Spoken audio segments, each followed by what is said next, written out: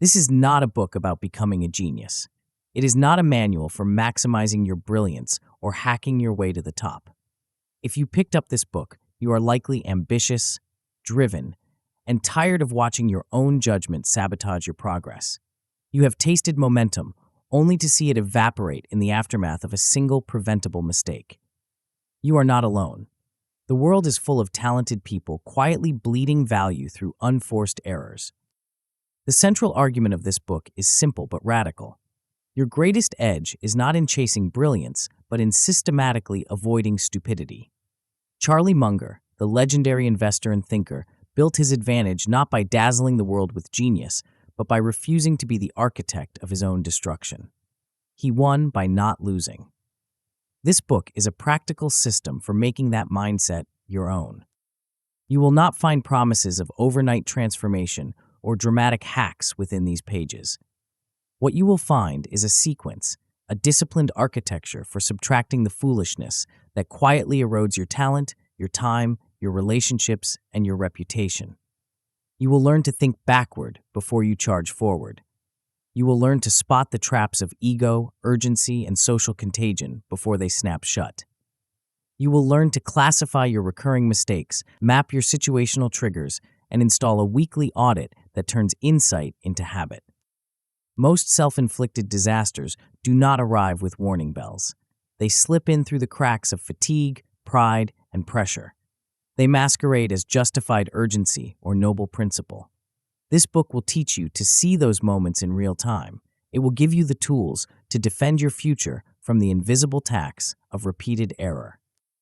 The rewards of this approach are not always dramatic. They are often invisible. The crisis that never arrived, the reputation hit you never took, the hours you never wasted in damage control. But over years, these invisible victories compound into a widening gap between those who quietly endure and those who quietly excel. One fewer bad decision a month is not a small gain. It is a trajectory shift that separates winners from the merely busy. If you are ready to stop tripping over your own feet, if you are willing to trade the drama of brilliance for the quiet power of consistency, this book is your blueprint. The system is not complicated, but it is relentless. It will demand honesty, structure, and the humility to see yourself clearly. The result is a life that is hard to destroy, and a foundation strong enough to support any ambition you dare to build. Welcome to the discipline of not losing. Let's begin. Chapter 1: The Problem. Everything you have been taught about becoming successful is a dangerous half-truth. You have been told to optimize your routine and maximize your output and hustle harder than the competition. You have been conditioned to obsess over brilliance and chase the ultimate upside. You picked up this book because you are ambitious, and you are driven, and you want to win. But you are also here because you recognize a quiet frustration building in the background of your life. You keep tripping over your own feet. You do the hard work, you build the momentum, and then you make a completely preventable mistake that sets you back months. The real enemy standing between you and the life you want is not a lack of intelligence. It is not a lack of talent. It is not bad luck. The real enemy is avoidable stupidity. Avoidable stupidity is preventable, bad judgment executed under completely ordinary conditions. It is the unforced error.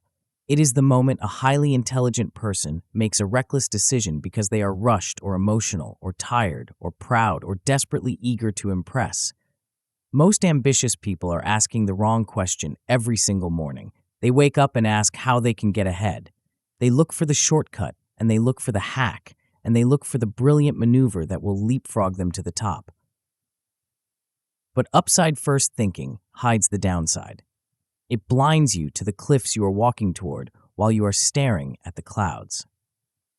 Charlie Munger built an empire not by being the smartest person in the room, but by being the person least likely to do something incredibly dumb. His edge was disciplined non-stupidity rather than dramatic brilliance. Success is built by reducing unforced errors before you ever attempt to add smarter strategies. You have to subtract the foolishness before you add the genius. This problem is uniquely dangerous for ambitious people because ambition increases your stakes and your speed and your ego and your exposure. More opportunity simply means more chances to make expensive mistakes. Fast-moving people constantly mistake frantic activity for sound judgment, and the worst part is the invisible nature of self-sabotage. Stupid decisions rarely feel stupid in the moment. They feel justified. They feel urgent. They feel exciting. They feel socially approved. They feel emotionally satisfying. That is exactly why the problem survives for years inside the minds of otherwise brilliant people. The invisible wealth of avoided disasters. You need to understand the compounding power of avoided mistakes. Everyone talks about compounding when it comes to money. Nobody talks about compounding when it comes to time and trust and energy and confidence and optionality.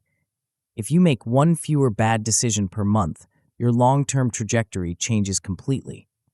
Picture two men. One man spends his life preventing damage. The other man spends his life repairing damage. Over a decade, the gap between equal talent and unequal judgment becomes a massive chasm. Two people can start with the exact same ability and end up in entirely different universes. The difference is almost never raw brilliance. The difference is the error rate. Cleaner decisions become invisible advantages over the years. There is a hidden wealth in the damage that never happened. Think about the relationship you did not wreck. Think about the reputation hit you did not take. Think about the terrible commitment you did not sign. Think about the hours and the days and the weeks you did not have to spend apologizing or backtracking or paying off a debt you never should have incurred. Long-term non-stupidity creates real, undeniable power. It generates more trust from other people because they see you do not blow up under pressure. It generates more calm inside your own mind because you are not constantly putting out fires you started yourself. It gives you more room to take smart risks because the catastrophic risks have been systematically removed from your life. When you stop bleeding value through unforced errors, every positive action you take actually moves you forward. You stop taking 2 steps forward and 3 steps back. You build a foundation that can actually hold the weight of your ambition. The man who prevents damage does not need to be a genius to win. He simply needs to stay in the game long enough for his clean execution to separate him from the chaotic masses. The trap of the uncorrected mind. If you do not build a system to catch your own worst impulses, you will keep repeating the exact same mistake in slightly different forms. You will repeat the pattern across your jobs and your money and your relationships and your reputation. People are masters at renaming their old mistakes instead of diagnosing them. They call it a bad market or a toxic boss or an unpredictable partner. They confuse bad systems with bad luck. Repeated bad outcomes almost always come from repeated bad process. Blaming luck protects your ego, but it preserves your failure. It guarantees you will suffer the same pain again. The cost of never identifying your root causes is staggering. You will waste years of your life fixing what could have been prevented in 3 minutes of clear thinking. A rushed reply can damage trust for months. A bad commitment can waste years of effort. A status-driven move can trap you in a life that looks good on the outside but feels entirely hollow on the inside. You cannot afford to keep paying these taxes on your potential. Change does not happen without a system. You can read all the philosophy in the world, but if you do not have a mechanism to interrupt your own stupidity in the heat of the moment, you will default to your lowest level of training. The ultimate danger is that you may become more confident and more wrong at the exact same time. Confidence often rises much faster than actual judgment. Success in one area creates a dangerous overreach in another. You win a few battles and you suddenly believe you are invincible. Unchecked confidence without a system for catching errors is one of the most expensive forms of stupidity on earth. It leads smart people to leverage their entire reputation on a single impulsive bet. If you do not install a defense mechanism now, your own ambition will eventually become the weapon that destroys you. The architecture of a bulletproof mind. The first time you apply the frameworks in this book, the fog will clear. You will begin to recognize your biggest decision traps before they snap shut. You will start spotting the exact moments when your ego or your sense of urgency or the pressure of the crowd is distorting your judgment. You will learn to identify the recurring patterns in your recent decisions. You will finally understand exactly where you are easiest to fool and easiest to rush and easiest to bait. This awareness alone will save you from countless hours of regret. You will learn to use a concept called inversion on your real-life decisions. You will learn to ask the opposite question before you take action. You will practice identifying the fastest path to failure so you can remove obvious failure points before you ever chase the upside. You will think far more clearly about the downside. You will separate reversible decisions from irreversible decisions. You will recognize asymmetric downside before you sign your name or give your word. You will understand why a margin of safety matters just as much in your daily life as it does in high finance. You will build a basic anti-stupidity system that runs in the background of your life. You will learn the role of decision journaling, and you will understand the mechanics of a weekly stupidity audit. You will see firsthand how relentless consistency can absolutely obliterate occasional insight. You will stop relying on your mood to make good choices and start relying on a structure that protects you from yourself. You will walk into high-stakes environments with a quiet certainty because you know your blind spots are covered. The sequence of strategic survival. This transformation requires a specific sequence of steps. Step 1 is learning to think backward. You must understand why backward reasoning reveals hidden risk. You will learn to flip your goals into anti-goals and use this mechanism before making any major commitments. Step 2 is understanding your saboteurs. You will learn why raw intelligence offers zero protection against distortion. You will identify the most relevant blind spots for ambitious adults and build awareness of exactly where your thinking becomes unreliable. Step 3 is classifying your mistakes into repeatable categories. You must reduce vague self-criticism and replace it with ruthless pattern recognition. You will understand the difference between mistakes driven by ego and mistakes driven by urgency and mistakes driven by social proof. Using categories accelerates your ability to correct course. Step 4 is identifying your situational triggers. You will learn exactly when bad judgment is most likely to hijack your brain. You will learn to respect the roles of fatigue and stress and pressure and overload. You will stop trusting yourself equally in all conditions. Step 5 is installing a weekly review process. You will understand how to audit your own mind and learn why repetition matters infinitely more than intensity. You will use structured reflection to permanently reduce your future error rates. You will learn to track your decisions and measure your progress and hold yourself accountable without drowning in shame. You will turn the abstract concept of good judgment into a concrete daily practice. The logic of the sequence. I chose this specific order because it begins with perception rather than tactics. You need a new lens before you need new tools. Thinking backward changes the way you frame every single decision. Without the right question, every later step becomes weaker. If you hand a blind man a weapon, he will only injure himself. You must fix your vision first. The second step addresses the hidden saboteurs because distortions warp your perception before action even begins. If you do not see the distortion, you will misuse every tool I give you. Awareness creates the desperate need for structure. The third step makes the massive problem manageable. Categories turn chaos into pattern, and pattern recognition destroys denial. Clear labels make correction fast. When you can name the enemy, you can defeat the enemy. The fourth step explains when you are most vulnerable because situations dictate behavior. Knowing your triggers helps you design your life around them and prevents false confidence. You cannot fight biology and environment with sheer willpower. You must use design. The fifth step makes your improvement repeatable. Systems always beat memory. Reviews always beat vague promises. Consistency turns a fleeting insight into a compounding lifelong advantage. If you skip any of these steps, the system collapses. If you try to audit yourself without understanding your biases, you will just write down lies. If you try to classify your mistakes without thinking backward, you will miss the root cause. The sequence is the secret. Follow it exactly, and your error rate will plummet. The great divide between winning and pretending. There is a stark difference between the attitude of winners and the attitude of losers in the arena of decision-making. Winners remove stupidity before they ever chase greatness. They respect the downside. They ask better questions. They care infinitely more about reality than they care about their own ego. Losers chase impressive moves and completely ignore obvious risks. Losers want to look smart more than they want to be effective. They confuse frantic speed with actual strength. They treat caution as a weakness, and they pay a devastating price for it later. Winners are brutally honest about their own fallibility. They assume they have blind spots.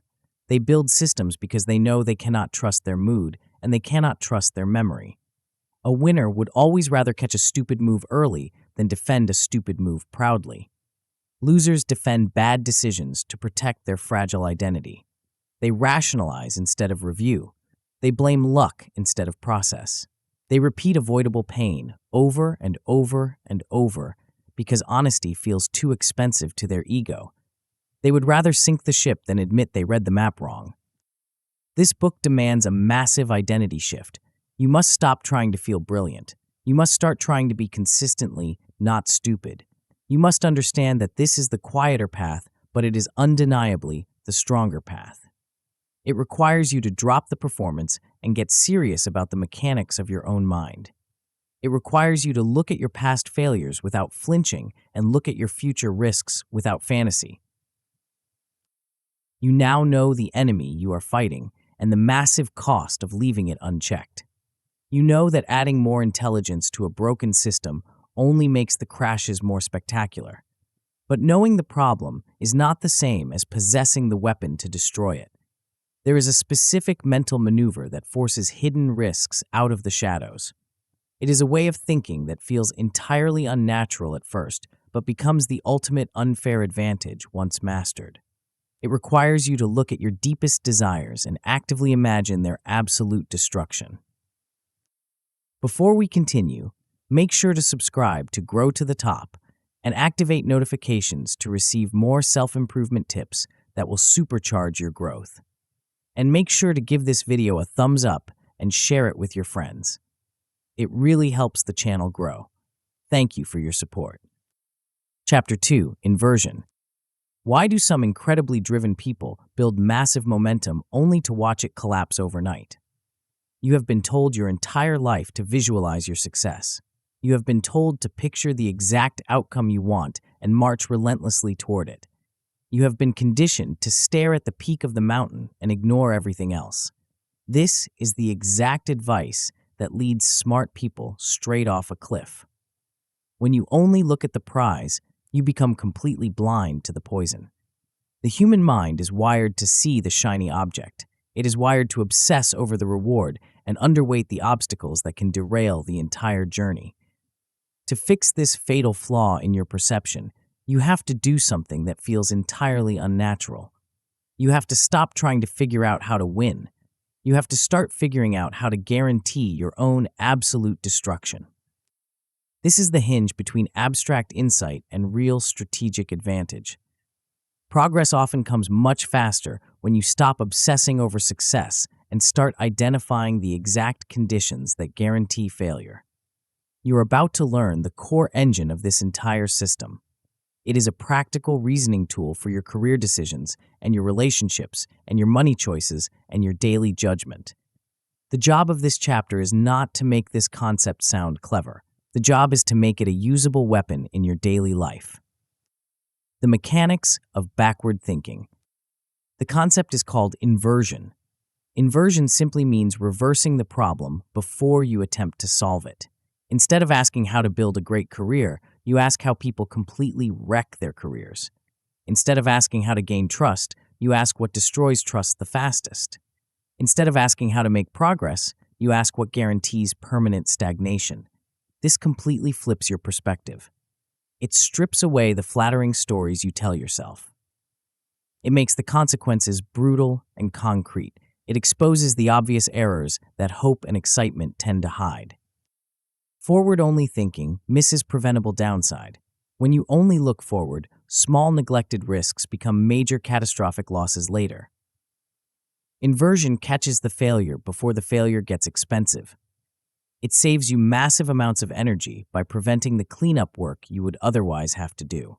It reduces your overconfidence without killing your ambition. You can still aim incredibly high while checking the downside first. Confidence without reversal testing is fragile and dangerous. Inversion makes your ambition safer and sharper. This mechanism works beautifully under extreme uncertainty. You rarely know the perfect path to success. The world is too complex to predict the perfect outcome, but you can almost always identify the obvious path to failure. Removing stupid risks improves your outcomes even when the future is entirely unclear. This creates a massive strategic advantage for ordinary people. You do not need absolute genius to avoid obvious mistakes. Disciplined non-stupidity beats undisciplined talent every single time. Stability creates the room for selective boldness. The strategy is defensive first and empowering second. Many of your greatest victories will come simply from not making the dumb move when everyone else is rushing into the trap. The lies of the optimistic crowd. The world is full of myths about how to solve problems. The loudest myth is that success comes from thinking positive all the time. This is a dangerous lie. Positive thinking quickly becomes selective blindness. Optimism without downside analysis creates false confidence. There is a massive difference between useful confidence and naive confidence. Naive confidence assumes the road is clear. Useful confidence knows the road is covered in traps and knows exactly how to step around them. Another pervasive myth is that avoiding mistakes is timid. You must distinguish cowardice from strategic risk control. Elite performers remove basic errors before taking bold shots. Non-stupidity is not passivity, it is calculated aggression. Losers treat caution as weakness, and they pay for it with their reputation. Winners respect the downside and protect their future. You will also hear that smart people can trust their instinct alone. Instinct is often contaminated by ego and urgency and incomplete information. Instinct can be useful, but it becomes incredibly dangerous when left unchecked. Inversion acts as a filter rather than a replacement for your intuition. It forces your instinct to answer hard questions. People will also tell you that inversion is just pessimism. Pessimism dwells on failure and wallows in defeat. Inversion studies failure to prevent it. The aim is action rather than anxiety. Finally, people believe one clever insight is enough to change their life. Concepts do not change behavior by themselves. Repetition and structure are absolutely required. Inversion must become a reflex rather than a quote you read once and forget. The protocol of the anti-goal. To turn this concept into a weapon, you must follow a specific sequence. Step 1 requires you to state your real goal clearly. You must use concrete language instead of vague aspiration. Define the exact decision or outcome you care about, and avoid pretending every goal is equally important. Step 2 demands that you reverse the goal completely. Ask what failure would look like in brutal practical terms. Make the opposite outcome specific and ugly. Move from abstraction to visible consequences. Step 3 is listing the fastest paths to failure. Identify the top actions or omissions or conditions that would wreck the outcome. Prioritize what is preventable rather than what is dramatic. Look for human causes before blaming fate. Step 4 is checking whether any of these failure paths are already present in your life. Ask which risk is active right now. Identify what you are rationalizing. Notice where you are already halfway into the trap. Step 5 is removing or reducing the failure paths before acting. Eliminate the obvious risks. Add friction to bad moves. Delay action if the downside is large and preventable. Step 6 is acting with cleaner awareness. Once major stupidity is reduced, proceed with absolute force. Keep the process simple enough to repeat. Focus on decision quality rather than perfect certainty. To make this concrete, you must run a one-page inversion drill. Pick one real decision involving your work or your trust or your money or your commitments. Write the desired outcome in one single sentence. Write the opposite outcome in one single sentence. List the top 3 failure paths that would most likely create that opposite outcome. Circle the failure path that is already showing up in your behavior or your environment. Decide exactly what you will remove or reduce or delay or verify before moving forward. The triggers of the hidden trap. There are specific tricks to making this work under pressure. Use short questions rather than long speeches. Ask what would make this fail. Ask what you are missing. Ask what you would regret in 6 months. Use inversion heavily before high-cost decisions. Apply it to commitments involving your reputation and your time and your public promises and your private obligations. Invert people decisions especially hard. Ask what destroys trust quickly. Ask what makes partnerships fail. Ask what kind of behavior looks harmless right now but compounds badly later. Beware of the seductive story. If a choice sounds exciting, invert harder. If a choice flatters your identity, invert twice. If a choice is being rushed by someone else, invert before answering. Keep the inversion focused. Do not build a giant risk list. Find the critical few failure paths. Remember that clarity beats completeness. The power of the unseen victory. When you apply this system, the outcomes compound rapidly. In the beginning, you will catch one obvious mistake before it becomes costly. You will delay one rushed decision that would have hurt you. You will stop mistaking excitement for quality. As you get better, you will begin spotting recurring failure patterns across different areas of your life. You will start making decisions with less emotional distortion. You will reduce the number of self-inflicted setbacks within months. Eventually, you will reach the highest level of execution. You will become known as calm and sharp and hard to fool. Your work decisions will improve because you stop walking into obvious traps. Your relationships will improve because you see trust killers before acting. Your reputation will strengthen because you create fewer avoidable messes. Your confidence will become quieter but far more reliable. You will stop chasing the illusion of perfection and start building a life that is fundamentally hard to destroy. The sabotage of the defense system. Even with a perfect tool, human nature will try to sabotage the process. You might use inversion once and forget it. Fix this by attaching it to recurring decision moments. Use it before offers and arguments and commitments and major purchases. Build repetition into your weekly routine. You might turn inversion into fear or paralysis. Fix this by limiting yourself to the top 3 failure paths. Focus on preventable risks rather than every imaginable risk. Remember, the goal is cleaner action rather than endless caution. You might use inversion only on massive life decisions. Fix this by practicing on medium-stakes choices first. Build fluency with frequent use. Make inversion a reflex rather than a special event. You might invert in a self-serving way. Fix this by asking what an honest outsider would say. Write down the most embarrassing, obvious failure path. If the answer hurts your ego, pay close attention. You might identify the risk, but do absolutely nothing to change your behavior. Fix this by forcing one visible adjustment before action. Remove one failure path in concrete terms. Judge yourself by changed behavior rather than clever insight. You now have the tool to reverse your thinking. You know how to look for the failure paths. You know how to strip away the optimistic lies and look at the brutal reality of your choices. But there is a massive problem waiting for you in the shadows. Even when you look directly at the failure path, your brain will try to convince you that the danger does not apply to you. Your mind will actively filter out the threat to protect your ego. You are carrying invisible enemies that distort your reality before you even make a choice.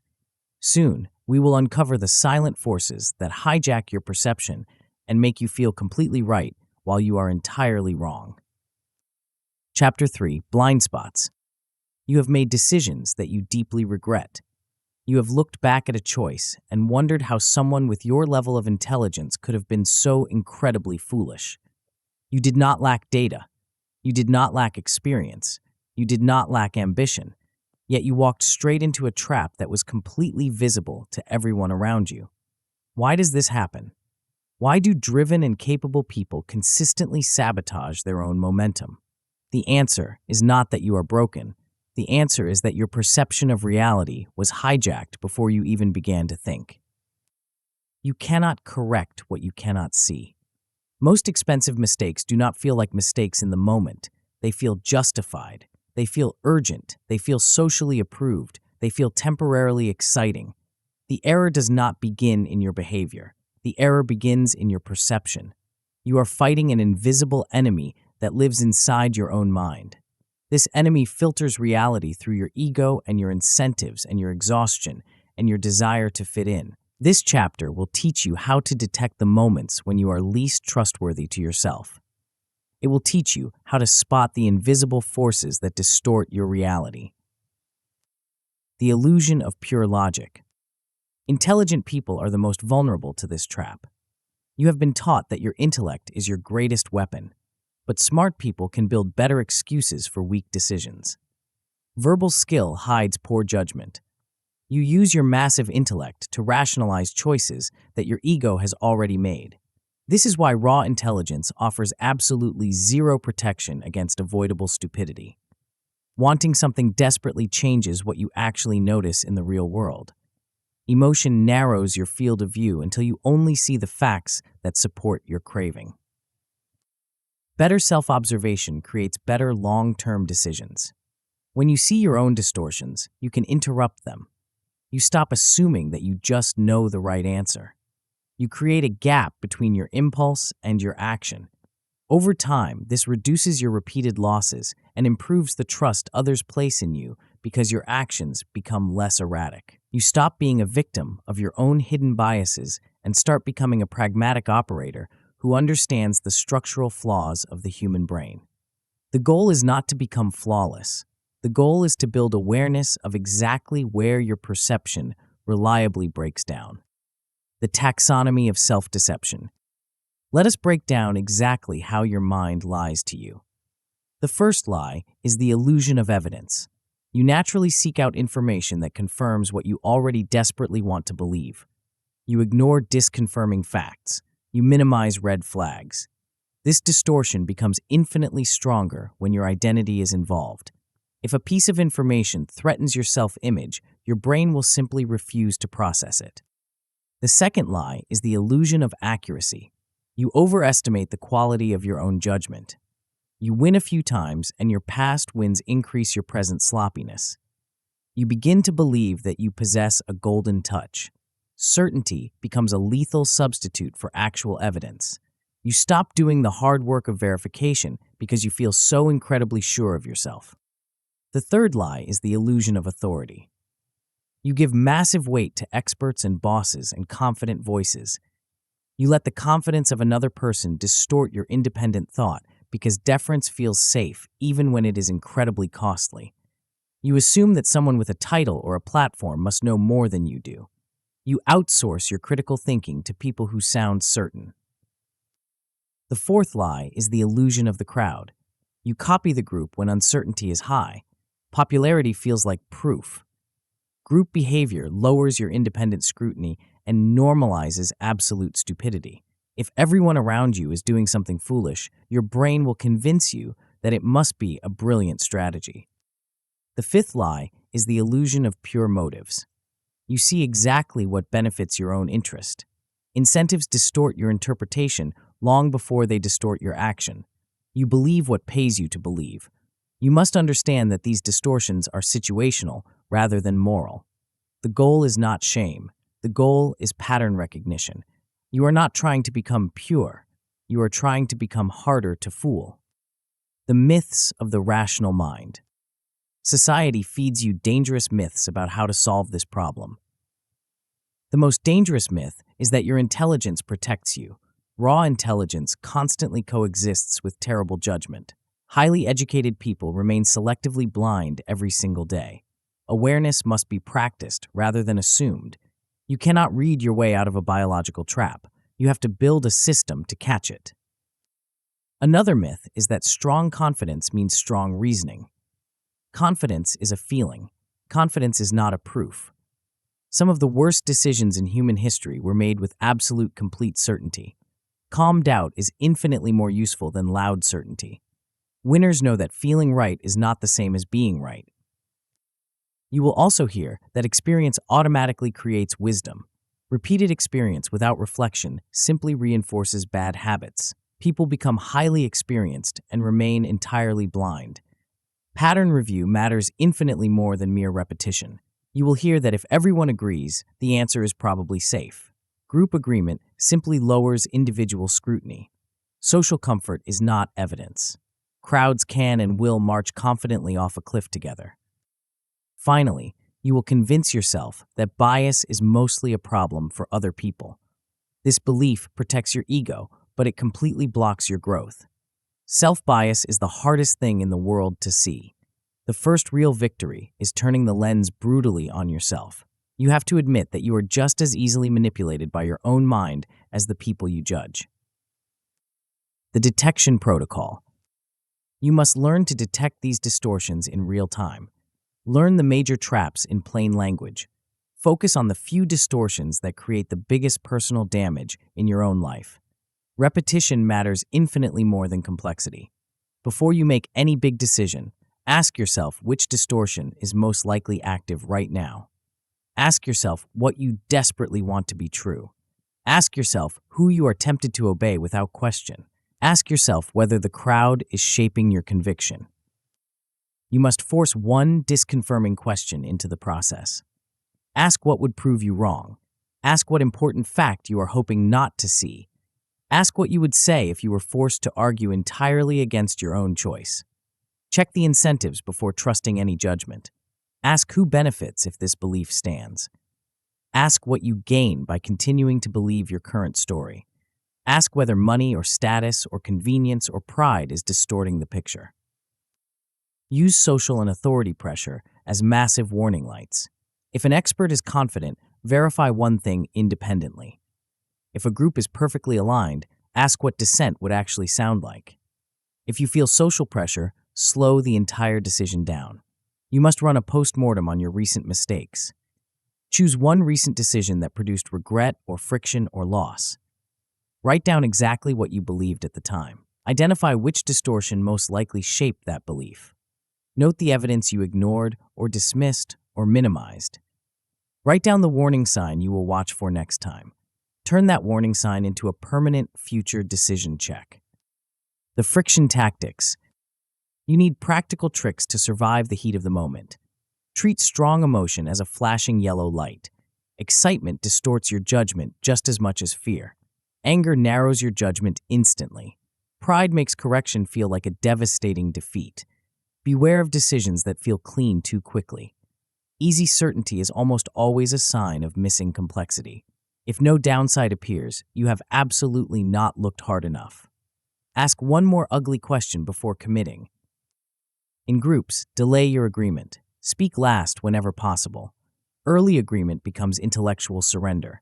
Silence preserves your original thought. Delay helps you separate social pressure from personal conviction.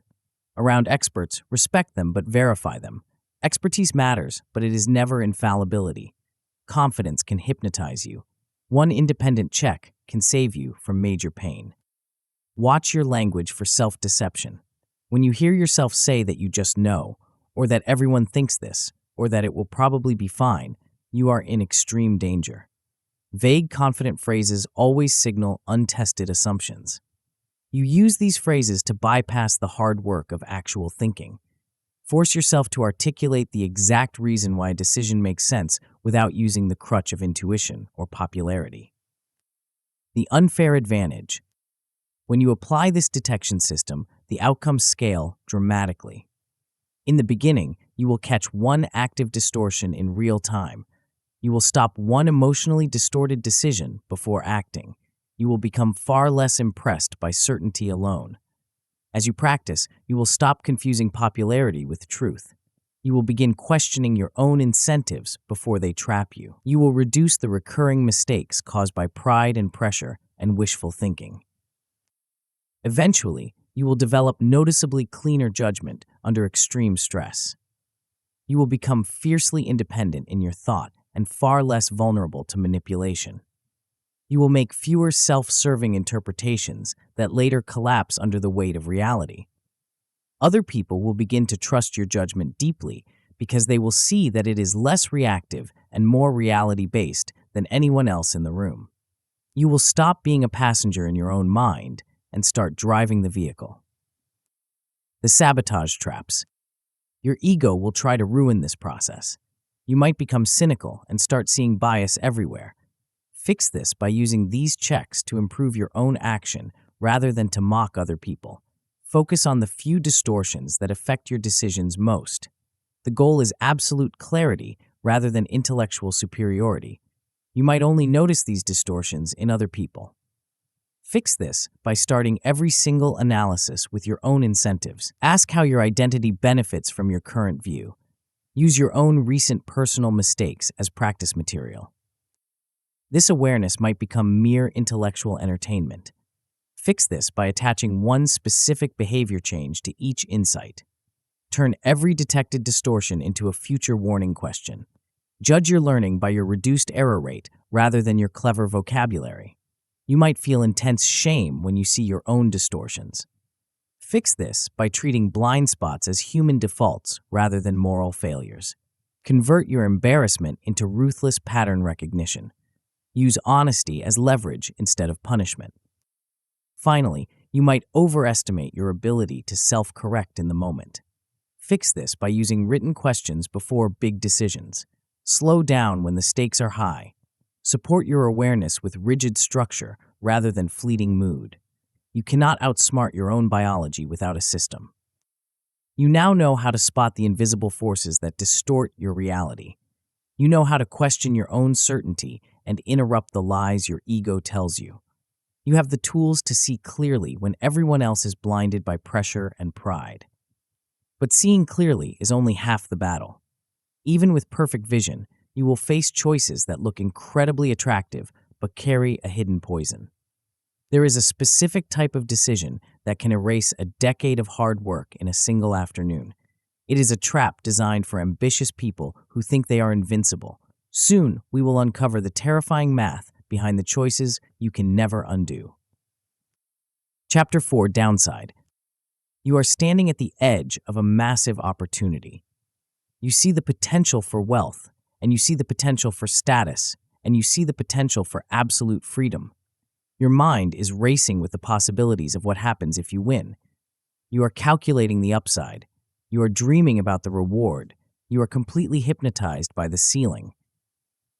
And because you are staring so intently at the ceiling, you are entirely blind to the massive trapdoor opening right beneath your feet. This is how ambitious people destroy their own lives. They become so obsessed with the fantasy of winning that they forget to calculate the exact cost of losing.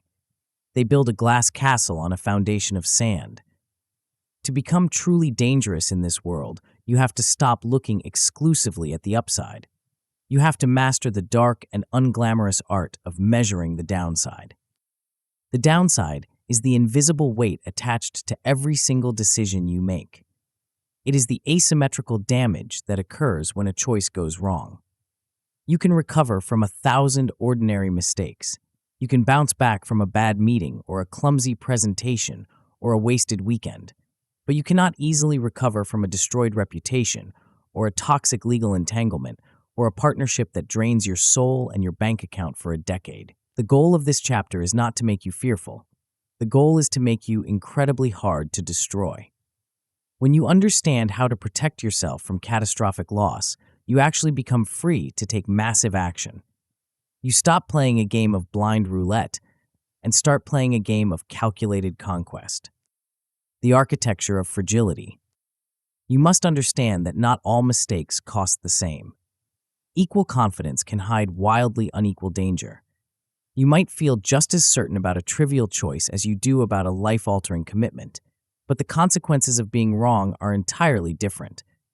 You must learn to rank your decisions by their potential downside rather than their emotional drama. One irreversible mistake can erase 10 years of disciplined progress. Public reputation damage outlasts private intent. A destructive partnership traps your time and your money and your attention in a cage of your own making. A badly chosen role shapes your identity and suffocates your future opportunities for years.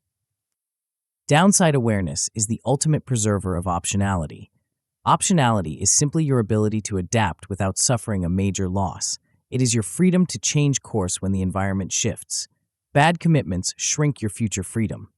They lock you into a rigid path where any deviation causes massive pain. Flexibility is not a luxury.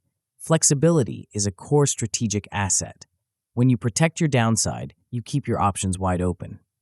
You maintain the leverage to walk away from bad deals and toxic people. To survive the chaos of the real world, you must build a margin of safety. A margin of safety means leaving room for uncertainty and error and terrible surprises. You do not need a global disaster for downside thinking to matter. Ordinary human mistakes become completely survivable when buffers exist. A tight plan is almost always a weak plan. If your strategy requires absolute perfection to succeed, your strategy is garbage. Smart systems assume imperfection. They assume you will be tired, and they assume the market will turn, and they assume people will break their promises. A margin of safety absorbs the shock of reality, so your momentum never breaks. The seductive lies of the bold. The culture of ambition feeds you poisonous myths about risk. The most common myth is that massive rewards justify sloppy downside analysis. Upside fantasies completely overpower sober judgment. You are told that you have to risk it all to win it all. This is a lie sold by people who do not understand probability. Probability and consequence must always be measured together. An exciting opportunity does not mean a wise opportunity. Seductive upside stories almost always hide ugly downside tales. There are situations where the possible loss absolutely dwarfs the possible gain. These are asymmetric downsides. You must refuse these bets immediately, even if they look incredibly attractive on the surface. Another dangerous myth is that caution means weakness. You must distinguish disciplined risk control from cowardice. Serious operators respect the downside precisely because they aim so high. They know that survivability is the ultimate power move. You cannot win the game if you are forced out of the game. Elite performers remove the basic errors and secure their foundation before they ever take a bold shot. You will also hear that every opportunity deserves equal speed. Hustle culture demands immediate action, but some choices are easy to reverse and others are nearly impossible to unwind. Urgency almost always benefits the other side of the transaction. Speed without classification creates avoidable damage. You must also reject the myth that a good first result means the decision was actually good. First-order wins constantly create second-order traps. Delayed costs fool impatient people. Decision quality must always include the downstream effects. Finally, people will tell you that optionality is just another word for indecision. You must explain the difference between strategic flexibility and fearful drift. Preserving your choices is infinitely wiser than forcing a premature closure. Commitment is a strength only when the downside is capped. When the downside is infinite, commitment is a self-made trap. The survival protocol. To master the downside, you must follow a ruthless protocol. Step 1 is identifying exactly what you stand to gain. Name the upside clearly. Avoid inflated and vague and emotional descriptions. Separate the real tangible benefit from the status fantasy. Step 2 is identifying exactly what you could lose. You must list your potential losses in concrete categories. Look at your time and your trust and your money and your reputation and your focus and your freedom. Ask yourself what damage would be incredibly hard to reverse. Force yourself to imagine the ugly version of the outcome rather than the polite version. Step 3 is classifying the decision by its reversibility. Ask yourself if you can unwind this choice cheaply. Ask yourself how long the recovery would take if you are completely wrong. Ask yourself if the damage would leave a permanent public trace or a temporary private scar. Reversible decisions are low lock-in choices that can be corrected quickly. Irreversible decisions are high lock-in choices that are devastatingly costly to unwind. You can move fast on reversible choices. You must move brutally slow on irreversible choices. Step 4 is mapping the second-order consequences. Second-order consequences are the things that happen after the first visible outcome. Ask what happens next if the decision goes right. Ask what happens next if the decision goes wrong. Follow both paths 2 or 3 steps beyond the initial impulse. Step 5 is adding a margin of safety or walking away entirely. Create buffers in your time and your commitments and your expectations and your exposure. Reduce the fragility before you proceed. If the downside remains ugly and asymmetric, you must refuse the bet. Step 6 is protecting your optionality wherever possible. Preserve your room to adjust. Avoid locking in under pressure. Use small tests before making massive commitments. You must practice this by building a downside map for your next major choice. Pick one upcoming decision with real consequences. Write the expected upside in one short paragraph. Write the possible downside across the concrete categories of time and trust and reputation. Mark whether the decision is reversible or semi-reversible or hard to reverse. List 3 second-order consequences if the entire thing goes wrong. Then look at the map and decide whether to proceed or modify or delay or reject the opportunity entirely. The mechanics of preservation. There are specific mechanics you must use to preserve your power. You must be incredibly fast with reversible choices and painfully slow with irreversible ones. This keeps your momentum high without inviting catastrophe. Not every decision deserves the same amount of your energy. Speed belongs exactly where correction is cheap. If you buy the wrong software, you cancel the subscription. If you sign the wrong business partner, you lose 3 years of your life and half your net worth in legal fees. Treat them differently. You must treat your trust and your reputation as the most fragile assets you possess. They compound incredibly slowly over decades, and they can break in a single afternoon. Public mistakes have massive, long-lasting half-lives. Give extreme caution to any action that is highly visible. If a choice shrinks your future options, you must examine it 10 times harder. Shrinking flexibility often hides inside very attractive offers. A massive salary might lock you into a toxic industry. A prestigious title might demand all of your waking hours. Ask yourself exactly what you will no longer be able to do after you say yes. Opportunity cost is the invisible price tag on every commitment. It is what you give up by choosing one path over another. Saying yes always has hidden costs. Do not confuse a low probability with a low importance. Rare but severe downside still matters immensely. Tail risk deserves your absolute attention. If the cost of being wrong is massive, you must take the risk seriously, even if the chance of it happening is only 1%. Use survivability as your ultimate decision filter. Ask whether this choice leaves you able to recover if you are completely wrong. Ask whether a bad outcome would permanently cripple your momentum. Always prefer the paths that keep you in the game. The indestructible operator. When you master downside thinking, the results are profound. In the beginning, you will simply avoid one lopsided decision with an ugly downside. You will slow down one commitment that desperately needed more scrutiny. You will begin ranking your decisions by their real consequence instead of their artificial urgency. You will stop bleeding value through careless commitments. As you elevate your execution, you will start protecting your optionality in your career and your reputation and your relationships. You will reduce the avoidable fragility in all of your plans. You will become far less seduced by upside stories and far more grounded in absolute reality. You will look at a charismatic pitch and immediately see the hidden hooks. You will look at a golden opportunity and immediately calculate the exit cost. Eventually, you will reach the highest level of strategic power. Your life will become incredibly hard to wreck through one single bad decision. You will preserve more freedom and more trust and more long-term leverage than anyone around you. You will gain the deep, quiet confidence that comes from knowing you are not walking blind into asymmetrical damage. You will actually become bolder in the right places because all the stupid, catastrophic risks have been systematically filtered out of your life. You become an indestructible operator. The sabotage of the cautious mind. Your mind will try to corrupt this process. You might become overly cautious and stop moving entirely. Fix this by separating smart risk from stupid risk. Use reversibility and downside size as your ultimate filters.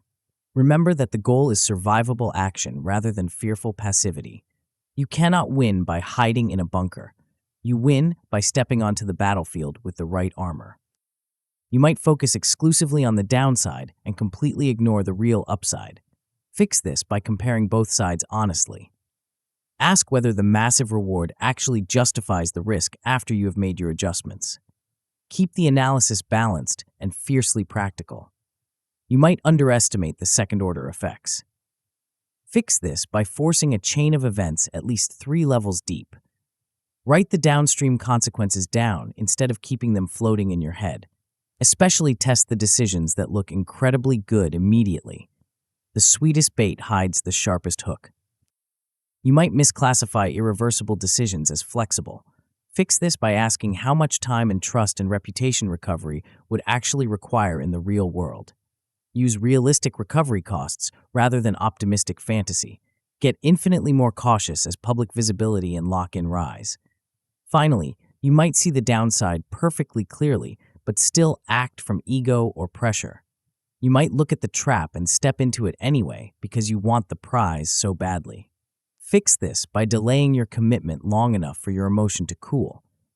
Rerun the decision with your written downside categories. If the choice still depends on your denial of reality, you must walk away. You now know how to protect your life from catastrophic damage. You know how to measure the downside and build a margin of safety and protect your future optionality. You have the defensive architecture to survive the chaos of ambition. But even with perfect vision and perfect downside protection, you will still find yourself making mistakes. You will still feel the sting of regret. This happens because you are treating every mistake as a unique and isolated event. You are fighting a ghost because you refuse to give it a name. Until you understand the specific flavors of your own stupidity, you will remain trapped in a loop of your own design. Soon, we will expose the exact recurring patterns that have been quietly running your life. Chapter 5, Categories. Why do you keep making the exact same mistake while convincing yourself it is completely different this time? You look back at a ruined relationship, or a blown financial choice, or a burned professional bridge, and you tell yourself a comforting lie. You tell yourself that the circumstances were uniquely complicated. You tell yourself that anyone in your exact position would have made the exact same call. You treat every single failure as an isolated episode of bad luck or strange timing. This is the ultimate defense mechanism of a fragile ego. As long as you believe every mistake is a rare anomaly, you never have to take responsibility for the underlying machinery of your own mind. But the brutal truth is that your mistakes are not unique. They are incredibly predictable. They follow a rigid structure. You are about to learn how to strip away the surface details of your failures and expose the hidden framework underneath. You cannot fix a problem that you describe with vague language. When you simply tell yourself that you messed up or that you made a bad call, you give your brain absolutely nothing to work with. Vague regret never translates into changed behavior. To actually interrupt your own stupidity, you need a pattern language. You need a way to group your common failures into distinct types so you can diagnose your mistakes faster and more honestly. Naming your enemy is the first step to destroying your enemy. When you organize your avoidable stupidity into a small number of repeatable buckets, you stop being a victim of random chaos and you start gaining absolute power over your future. The illusion of the unique disaster. Society feeds you the myth that every bad outcome is a complex mystery. People overvalue the tiny details of their situations and completely undervalue the massive, glaring patterns. They think the surface changes mean the driver has changed. You might make a terrible hiring decision at work and then make a terrible commitment in your personal life. On the surface, these look like two completely different problems. One is professional and one is personal. But underneath, they might both be driven by the exact same desperate need for external validation. The surface changes while the driver stays exactly the same. When you refuse to group your mistakes, you allow yourself to romanticize your bad decisions after the fact. You call your stubbornness loyalty. You call your impulsivity passion. You call your arrogance high standards. This self-deception protects your identity, but it guarantees that you will suffer the exact same pain again. Classification forces an honest explanation. It shortens the distance between the mistake and the lesson. You will also hear the myth that bad outcomes usually come from bad luck. You must learn to distinguish bad luck from a bad process. Recurring outcomes almost always signal recurring mechanisms. Blaming the universe delays your growth and keeps you trapped. You will hear that your ambition justifies your collateral damage.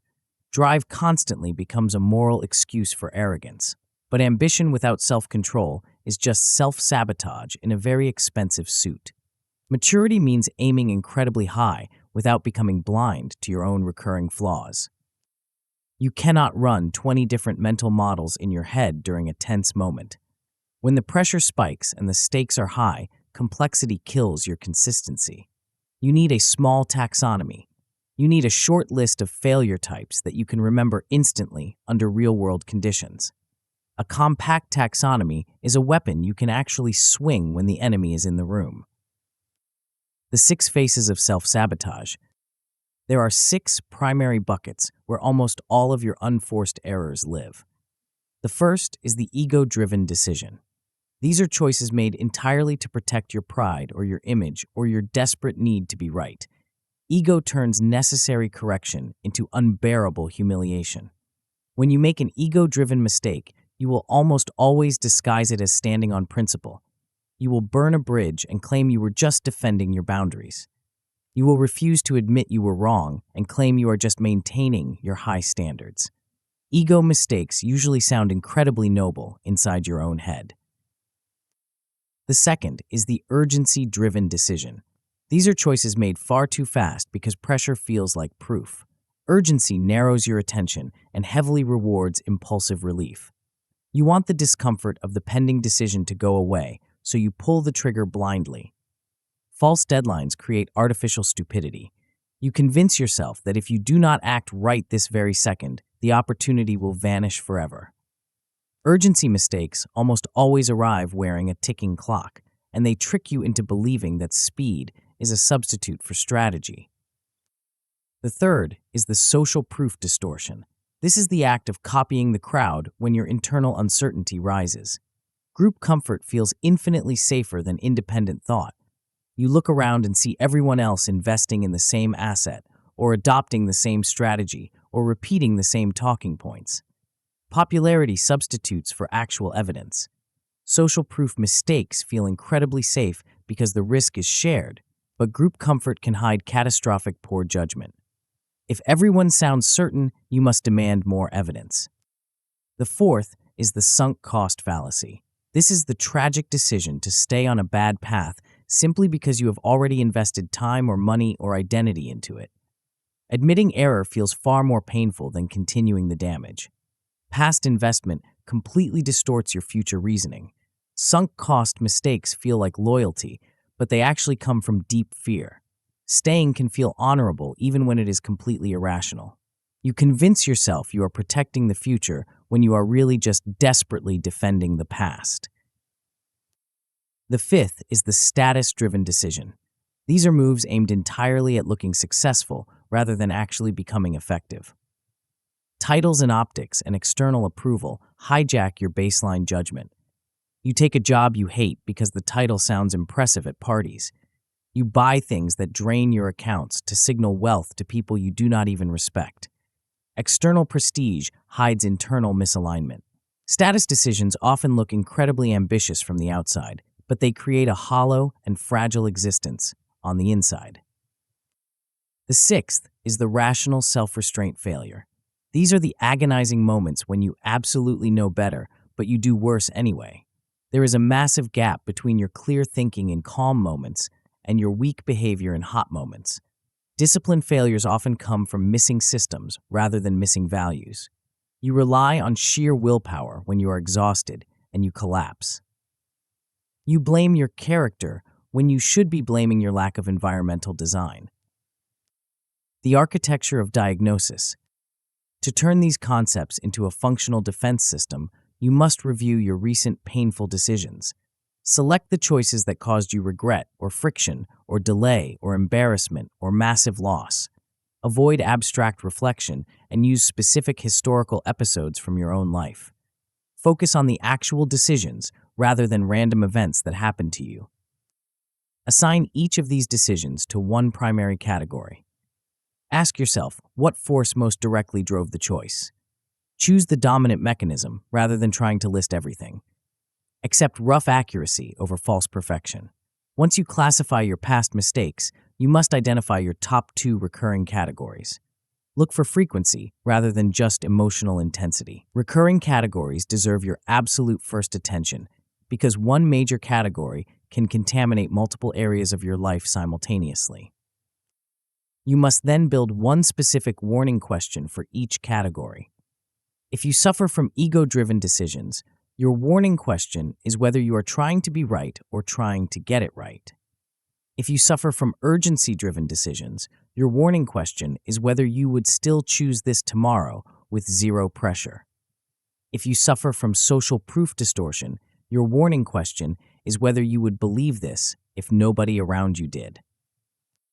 If you battle the sunk cost fallacy, your warning question is whether you would enter this exact situation today if you were not already involved. If you are trapped by status-driven decisions, your warning question is whether this move improves your actual substance or just your appearance. If you fail at rational self-restraint, your warning question is what specific system is missing that would make the right move automatic. You must attach these categories to your future decisions. Preload the category list before you walk into important meetings or difficult conversations or massive commitments. Use this category language during your weekly reviews. Turn these 6 buckets into a lightning-fast diagnosis tool. When you feel the urge to make a reckless move, force yourself to name the bucket before you act. The traps inside the labels. You will face heavy resistance when you try to implement this taxonomy. The biggest problem is that you will try to classify everything as the exact same category. You will decide that all of your mistakes are just urgency, or all of them are just sunk cost.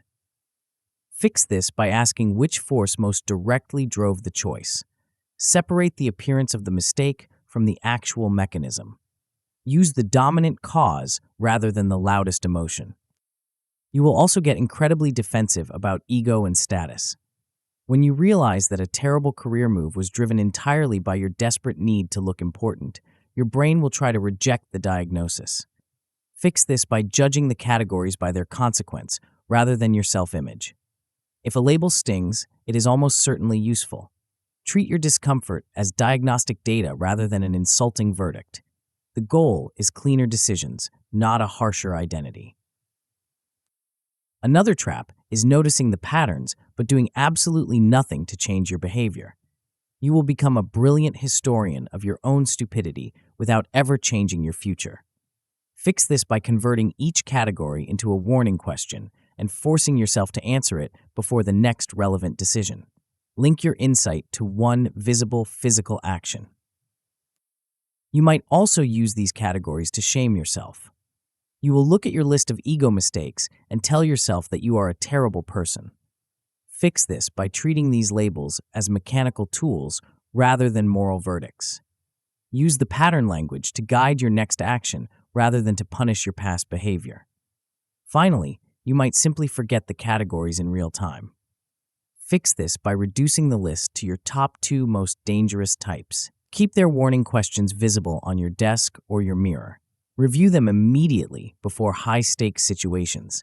A short list used ruthlessly beats a comprehensive list forgotten in the heat of battle. The power of pattern recognition. When you master this classification system, the results are immediate and undeniable. In the beginning, you will simply identify your top recurring mistake category. You will catch one familiar pattern right before you take action. You will finally stop calling your repeated errors bad luck and start taking ownership of your own machinery. As you elevate your practice, you will begin interrupting your ego or your urgency or your social proof before they run the decision. You will drastically reduce the frequency of your most expensive mistake type. You will gain lightning-fast self-awareness under extreme pressure. You will look at a bad deal and instantly recognize the sunk cost fallacy trying to pull you under, and you will simply walk away. Eventually, you will reach the highest level of execution. You will stop repeating the exact same life pattern across your jobs and your trust and your commitments. You will make incredibly clean decisions because you know your own usual forms of stupidity intimately. You will replace vague guilt with precise self-correction. Other people will experience you as deeply grounded and far less reactive and infinitely more reliable. You will become a person who learns from a mistake the very first time it happens. You now have the names of your enemies. You know exactly what ego and urgency and status look like when they try to hijack your life. You have the warning questions to interrogate your own motives. But knowing the names of your enemies is not enough if you keep walking blindly into the exact environments where they thrive. There are invisible conditions that summon these specific mistakes to the surface. There are environments that strip away your intelligence and your discipline the moment you enter them. Soon, we will uncover the hidden forces that dictate your behavior and learn why trusting yourself equally in all situations is the fastest path to ruin. Chapter 6: Triggers. You are not the same person you were 3 hours ago. You think you possess a fixed level of intelligence. You believe that your ability to reason and calculate and strategize remains perfectly stable throughout the day. This is a massive delusion. You have built an identity around being a rational operator, yet you constantly find yourself looking back at certain choices with absolute bewilderment. You wonder how someone with your intellect could have agreed to that terrible deal or sent that destructive message or surrendered to that ridiculous demand. You assume you just had a momentary lapse in character. You assume you just need to try harder next time. But your character is not the problem. Your intelligence is not the problem. The problem is that you are completely blind to the invisible environment shaping your mind. You are walking into rooms that actively strip away your cognitive defense systems, and you are doing it completely unprotected. To stop making decisions that destroy your momentum, you have to accept a deeply humbling truth. Your judgment is entirely situational. You are brilliant in one setting and you are an absolute idiot in another. The environment dictates the quality of your thought. When you finally understand this, you stop blaming your character and you start respecting the conditions. You stop trusting yourself equally in all states. This is not a weakness. This is the ultimate upgrade in strategic self-management. You are about to learn how to identify the invisible tripwires that reliably degrade your judgment. You are about to master the forces that secretly control your behavior. The delusion of constant competence. Society feeds you the dangerous myth that strong people perform equally well under all conditions.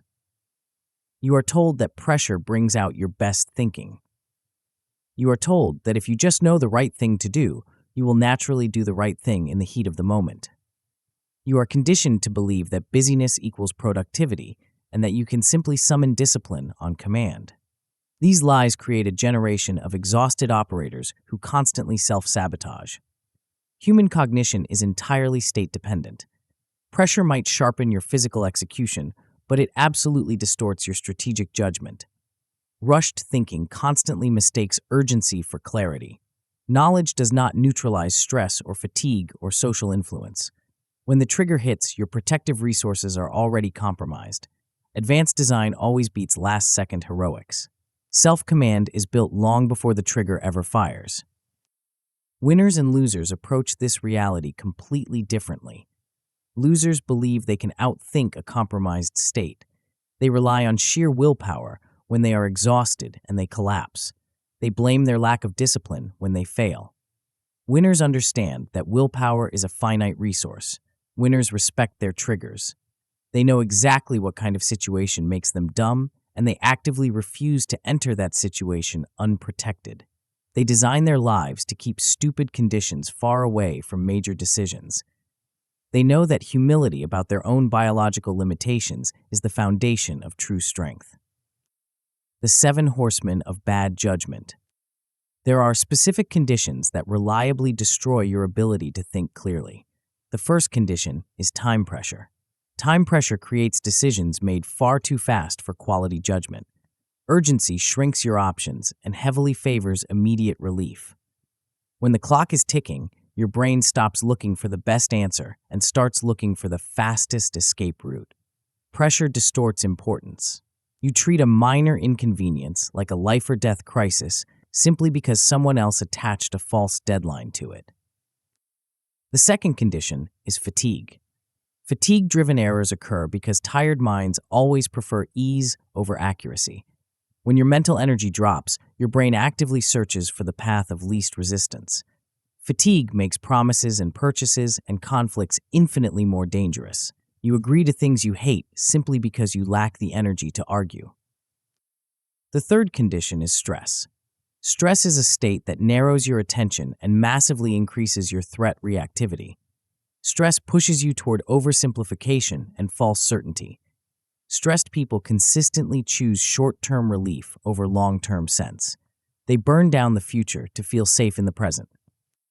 The fourth condition is tunnel vision. Tunnel vision is the act of over-focusing on one single goal while completely ignoring the surrounding reality. Obsession with one metric hides massive collateral damage. Hyperfocus can be incredibly productive for your output, but it is absolutely destructive for your judgment. You win the battle, and you completely lose the war. The fifth condition is information overload. This happens when you have far more input than your mind can process well. Too much information leads to shallow filtering. Overload creates false familiarity and weak prioritization. You drown in data and you starve for wisdom. The sixth condition is group pressure. This is the overwhelming tendency to conform in the presence of others. Groups lower your personal resistance. Social belonging outranks truth-seeking in the primitive human brain. You nod your head and you agree with the room, because standing alone feels like a biological threat. The seventh condition is authority pressure. This is the complete loss of independent judgment in the presence of perceived expertise or power. Status overrides your internal warning signals. Authority creates blind obedience even when deep doubt is present in your gut. You surrender your intellect to a title. The architecture of the pause. To survive these conditions, you must build a ruthless defensive architecture. You must identify your highest risk conditions by reviewing exactly when your worst recent decisions happened. Look at the time of day and your emotional state and the setting and the social context. Look for repeated combinations rather than isolated events. You will find that your worst choices happen when triggers stack on top of each other. Two triggers combined will degrade your judgment sharply. You must create a simple and unbreakable rule. You will make no major commitments when you are rushed and tired. You will make no major commitments when you are stressed and angry. You will make no major commitments when you are overloaded and socially pressured. Delay is often the ultimate correction. You must build pause rules. A pause rule is a pre-decided instruction for a high-risk state. You decide in advance that you will wait 24 hours before signing any contract. You decide in advance that you will ask one outside question before agreeing to a massive project. You decide in advance that you will write the decision down before you speak it out loud. Keep these rules incredibly short so you can actually remember them under pressure. Reduce your preventable exposure to bad states entirely. Avoid stacking important decisions into high-friction time windows. Separate your reflection from your reaction. Give your hard decisions the cleanest mental space possible. Protect the times when your judgment is strongest, and do not waste your clean mental hours on trivial noise. You must use independent checks in group and authority environments. Ask one dissenting question in every group setting. Verify one critical claim when an authority figure pushes absolute certainty. Independence must be rehearsed before the pressure rises. In groups, force yourself to speak last whenever possible. Early agreement becomes intellectual surrender. Silence preserves your original thought. Use the delay to test whether your view actually survives social pressure. Around experts, remember that respect is never the same as obedience. A single clarifying question can break the spell of blind deference. If an explanation collapses under one simple question, the confidence was entirely fragile. Never trust a major decision made in a compressed emotional state. Anger and fear and excitement all accelerate stupidity. The more immediate the urge, the more valuable the pause. Give strong emotion time to cool before commitment. If you are rushed and tired, you must actively downgrade your confidence. Low energy certainty is almost always fake certainty. Treat your fatigue as a massive credibility discount on your current judgment. Delay anything expensive. You must map your triggers to gain control over them. Review one ordinary week of your life. Mark exactly when you are most rushed and drained and overloaded and socially influenced and emotionally hot. Identify 2 recurring trigger clusters. Write one pause rule for each cluster.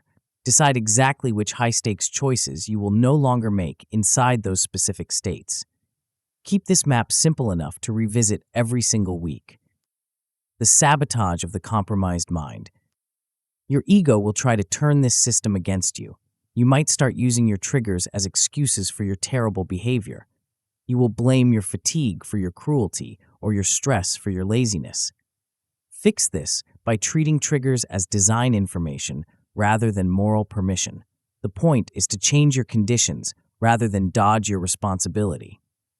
Own the outcome and redesign the pattern. Your awareness might also stay purely intellectual. You will know you are tired, but you will make the decision anyway. Fix this by writing explicit pause rules and tying each trigger to one specific physical behavioral adjustment.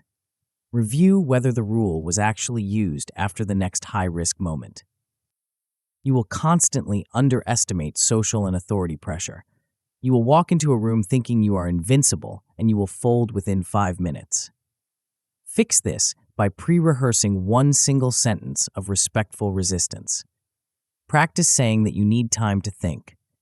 Practice saying that you need them to walk you through the details one more time. Small prepared phrases protect your independent thought when your brain freezes. You might also keep making important decisions in bad states because you hope it will just work out this one time. Fix this by defining exactly which decisions are permanently banned under certain conditions. Use a clear, rigid rule rather than a vague hope. Make the rule visible and repeatable.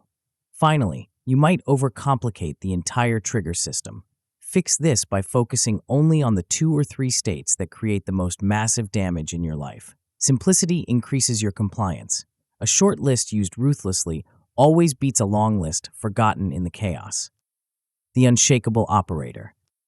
When you master your triggers, you transform into an entirely different caliber of operator. In the beginning, you will simply catch one trigger before it drives a bad decision. You will delay one commitment that would have been made in a compromised state. You will stop trusting yourself equally in all conditions. As you elevate your practice, you will identify your 2 most dangerous trigger clusters. You will drastically reduce your impulsive and fatigued and socially pressured errors. You will make your major choices in cleaner mental conditions more often. Eventually, you will reach the highest level of strategic control. You will design your life so that stupid conditions are rarely even allowed near your major decisions. Your judgment will become incredibly stable because you stop exposing it to known distortions. You will become less manipulable and less rushable and far less likely to self-sabotage under extreme pressure. You will walk through the world with a quiet power because you know exactly how to protect your own mind from the environment. You now know how to protect yourself from your own compromised states. You know how to identify the fatigue and the pressure and the social gravity that pull you toward disaster. You have the pause rules to interrupt the chaos. But knowing your triggers and naming your categories is completely useless if you rely on your memory to enforce them. Memory is a liar. Memory is a coward. Memory will abandon you the second the pressure spikes. To make this permanent, you need a mechanism that forces you to look at your own reflection every single week.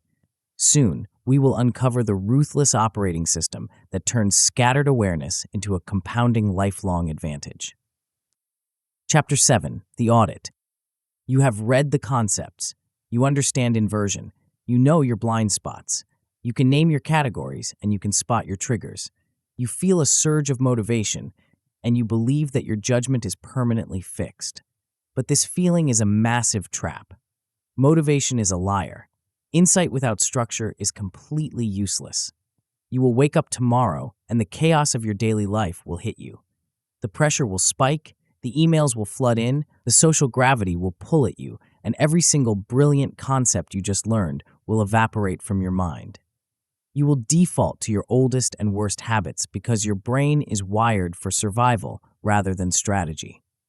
If you stop here, you have only purchased temporary intellectual entertainment. To actually change your trajectory, you have to turn scattered awareness into a ruthless, unbreakable routine. You need a mechanism that forces you to look in the mirror when you desperately want to look away. This is where the entire system becomes practical in a durable way. You are about to learn the repeatable operating system of this book. It is not a motivational flash. It is not a one-time insight. It is a recurring discipline that brings together every single concept we have discussed. You are going to learn how to externalize your thought process before reality punishes you for weak thinking. You are going to build a feedback loop that makes non-stupidity an automatic habit. The tragedy of the unstructured mind. Insight fades incredibly fast without structure. Good ideas disappear the moment daily life gets noisy. Readers constantly agree with brilliant principles, but completely fail to use them in the heat of the moment. The gap between knowing and doing is not a lack of intelligence. The gap is a missing process. You cannot rely on your memory to correct your behavior. Memory fails under speed and stress and ego. Systems carry lessons infinitely farther than motivation ever could. Patterns only become visible when they are reviewed consistently. One bad decision can easily look like random bad luck, but 3 similar decisions made over 3 weeks reveal a terrifying mechanism. A weekly review converts your flawed memory into ruthless pattern recognition. It turns soft reflection into concrete behavior change. Reflection alone often becomes a form of soft self-soothing. You write in a journal about how you feel, and you change absolutely nothing about how you act. A structured review forces categorization and risk analysis and next step adjustment. Structure makes honesty infinitely easier. Repetition creates compounding judgment gains. Small reductions in your stupidity matter massively when they are repeated every single week. One avoided error preserves your time and your trust and your momentum. Consistency is the load-bearing beam of this entire philosophy. Consistency beats intensity every single time. Most people do not fail because they never had a good insight. They fail because their insight was never operationalized. The mechanics of the review. The core of this operating system is the weekly stupidity audit.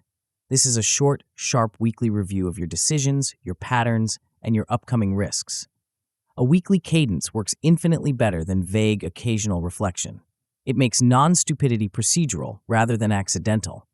The audit relies on decision journaling. This means recording your meaningful choices and the exact reasoning behind them. Writing exposes foggy thinking instantly. It separates your process from your outcome. Inside the audit, you will practice trigger scanning. You will check the exact conditions under which your decisions were made. Context matters just as much as content. Triggers reveal your preventable vulnerability. You will also run a pre-mortem analysis. You will imagine that an upcoming decision has completely failed, and you will ask yourself exactly why it failed. This sharpens your inversion before you ever make the commitment. It exposes your hidden assumptions. The audit ends with a pre-commitment device. This is a rule or a constraint that you decide in advance to prevent your future weakness. Pre-commitment protects you against hot-state stupidity. Simple rules decided in cold blood will always outperform heroic willpower summoned in the heat of the moment. You can also build accountability loops. These are external check-ins that reduce your self-deception. Honest outside eyes dramatically improve your error detection. Accountability supports your consistency when your motivation dies. The lies of the disciplined. You must reject the myths that surround self-improvement. The first myth is that once you understand a principle, you will naturally use it. Understanding is never implementation. Your memory will betray you when your ego is threatened. The second myth is that journaling is just vague introspection. Structured journaling is brutal decision analysis, not an emotional dumping ground. Focused writing improves clarity, and the right prompts create practical, actionable insight. The third myth is that discipline simply means remembering harder. Memory is far too weak for repeated high-stakes correction. External structure reduces your dependence on your mood. Systems are simply discipline in material form. The fourth myth is that self-awareness alone is enough. People can be incredibly self-aware and still be devastatingly repetitive. Awareness without review does not reliably change action. Feedback loops are absolutely necessary. The final myth is that a review system has to be long and complicated to be effective. Complexity kills consistency. A short, sharp, repeatable system always beats an elaborate system that you abandon after 3 weeks. The point is continuity, not performance. The execution protocol. To build this system, you must set a fixed weekly time. Pick a recurring slot that can survive the ordinary chaos of your life. Consistency matters infinitely more than perfect timing. Protect this slot as a non-negotiable decision hygiene ritual. During this time, review the week's meaningful decisions. Focus on choices rather than random events. Include your commitments, your reactions, your conversations, and your omissions. Select the decisions that carry real consequence or learning value. Classify each decision by its category. Use the categories you learned previously. Identify the dominant mechanism behind each decision. Look for recurring types rather than isolated emotions. Next, identify which triggers were present. Ask whether you were rushed, tired, stressed, overloaded, pressured, or deferential. Note any trigger combinations. Look for the specific conditions that repeatedly reduce your judgment quality. Run inversion on your upcoming high-stakes decisions. Select the next week's biggest commitments or risks. Ask what would most likely make each one fail. Identify which failure path is already visible right now. Finally, write one pre-commitment for the week ahead. The pre-commitment should prevent a specific mistake, not just chase a vague goal. Keep it behavioral and highly visible. Make it narrow enough to actually follow. If you choose, you can share one pattern or one pre-commitment with a trusted peer. Ask them to challenge your blind spots rather than flatter your ego. Use external honesty sparingly, but take it incredibly seriously. To start right now, run a full walkthrough.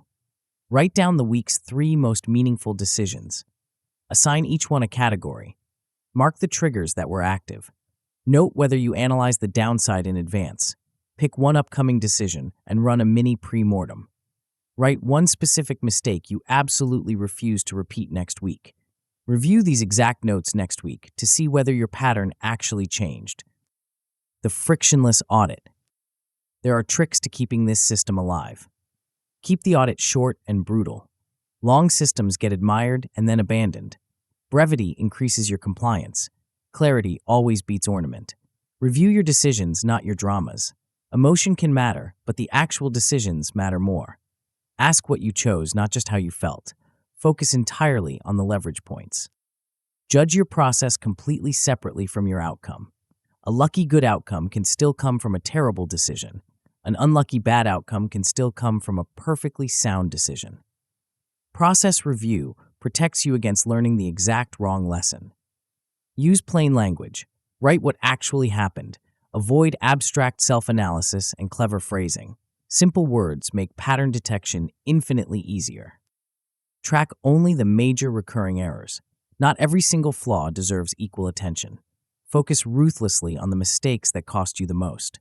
The reduction of one major error class often creates massive, disproportionate gains in your life. The compounding advantage. When you run this audit consistently, the outcomes are profound. In the beginning, you will simply identify one recurring mistake pattern each week. You will catch one upcoming decision before it hardens into permanent damage. You will stop relying entirely on your memory and your mood. As you elevate your practice, you will reduce your repeat errors in your work and your trust and your time use within months. You will develop lightning-fast self-correction after you make mistakes. You will begin acting with far more calm because your process is finally clear. Eventually, you will reach the highest level of execution. You will become systematically hard to trap, hard to rush, hard to flatter, and hard to manipulate. Your decision quality will improve across multiple life domains simultaneously. You will build a long-term operating system that keeps producing better judgment with zero drama. Other people will begin to trust your steadiness because your patterns will improve visibly. You will become the architect of your own mind. The sabotage of the review. Your ego will try to destroy the audit. You might make the audit too long until it dies under its own weight. Fix this by limiting your review to meaningful decisions only. Keep the number of prompts incredibly small and sharp. Optimize for repetition rather than completeness. You might obsess over outcomes and completely ignore your process. Fix this by asking whether your reasoning was sound at the exact time you made the choice. Separate luck from judgment. Reward your good process even when the results are mixed. You might skip the audit entirely after a terrible week. Fix this by treating your bad weeks as the most valuable review material you possess. Do not let your embarrassment interrupt the system. Use your poor weeks to sharpen the next one. The audit might turn into a brutal self-attack.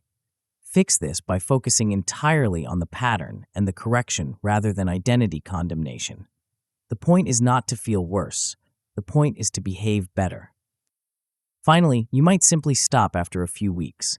Fix this by attaching the audit to a fixed day and a fixed trigger. Keep your early wins highly visible. Reduce the friction until the habit survives your ordinary life. You now have the operating system. You know how to audit your decisions and track your patterns and force yourself to look at reality. You have the mechanics to turn scattered awareness into a compounding lifelong advantage. But mechanics alone will not sustain you when the work feels boring. You need to understand exactly why this quiet, unglamorous discipline is actually the most powerful strategy on earth. You need to see the invisible math that separates the people who win consistently from the people who just look busy. Soon, we will uncover the massive, hidden force that turns small, avoided errors into an unstoppable empire. Chapter 8. Compounding. You think you understand the most powerful force in the universe. You have been told your entire life that this force applies to your bank account and your stock portfolio and your retirement fund. But you are completely blind to how this exact same mathematical law is quietly dictating the trajectory of your entire life. You chase the massive spike. You want the dramatic victory. You want the single heroic maneuver that changes everything overnight. But the universe does not reward the occasional flash of brilliance. The universe rewards the relentless and invisible accumulation of damage that never happened. We are talking about the compounding power of avoided mistakes. One fewer bad job decision, one fewer public overreaction, one fewer toxic partnership, one fewer ego battle. These absences do not feel like victories in the moment. They feel like absolutely nothing. But this nothingness is the raw material of absolute power. This chapter shifts you from short-term excitement to long-term strategic dominance. The goal is to make consistency emotionally attractive to you. You are not going to be consistent because it feels dramatic. You are going to be consistent because it creates freedom and credibility and momentum and peace over time. You are about to learn how small error reduction compounds exactly like skill improvement compounds. You are about to see the invisible math that separates the people who win consistently from the people who just look incredibly busy. The invisible multiplier. The biggest rewards in life come from consistency rather than occasional brilliance. One impressive move cannot cancel out repeated stupidity. You can close a massive deal on Tuesday, but if your ego destroys a critical relationship on Wednesday, you are still moving backward. Steady reduction of error creates a clean upward pressure on your entire existence. Long-term success is almost always a low-drama process.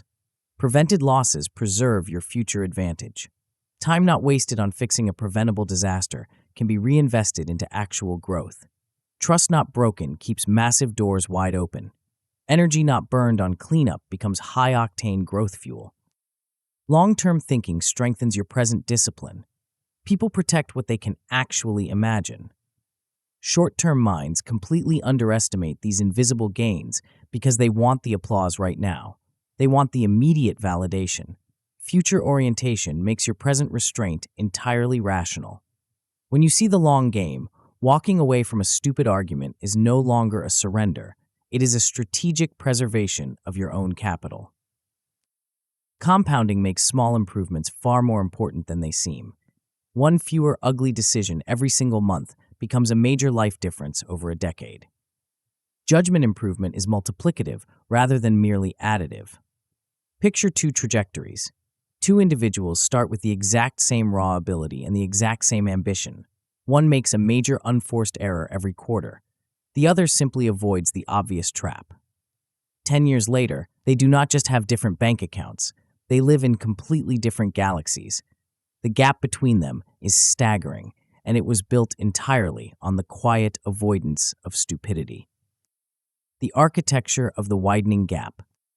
You must understand the compounding of avoided mistakes.